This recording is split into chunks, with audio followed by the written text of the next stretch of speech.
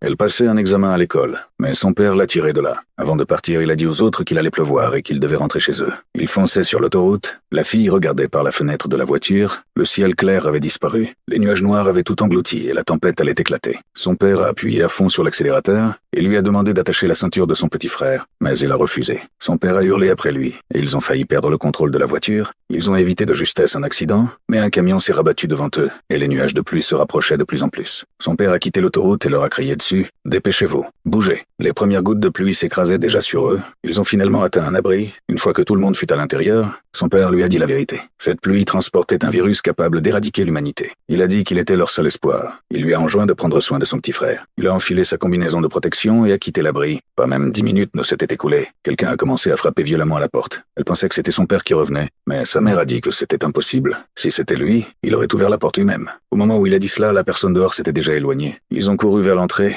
et ont claqué la porte. De l'autre côté se tenait un étranger tremblant de la tête aux pieds. Il a attrapé son petit frère par le col et l'a presque traîné au loin. Sa mère s'est jetée sur l'homme et l'a mis à terre, mais la pluie l'avait déjà trempé de part en part. La fille a vu de ses propres yeux sa mère s'effondrer lentement. Elle n'avait pas le choix. Elle a fermé la porte et l'a laissée dehors. Il pouvait entendre ses cris de l'autre côté, et elle et son petit frère se sont effondrés sur le sol, épuisés et anéantis. Beaucoup de temps a passé et son père n'est jamais revenu. Les communications étaient coupées depuis un moment. Ce bunker était leur refuge, mais aussi leur prison. 5 ans plus tard, son petit frère avait grandi, leurs provisions étaient presque épuisées, et il ne pouvait plus supporter cette vie. Elle a essayé de le calmer, mais il a fracassé la vitre d'un seul coup, exhalant toute sa rage, désespérée de sortir de là. Elle n'avait pas le choix. Elle a enfilé sa combinaison de protection, a rassemblé tout son courage et a poussé la porte. Il n'y avait personne dehors, pas de gens, pas de nourriture, rien du tout. Quand elle est rentrée à l'intérieur, elle lui a dit la vérité. La seule façon de survivre était de trouver un autre abri. Mais cette nuit-là, soudainement, l'alarme s'est déclenchée.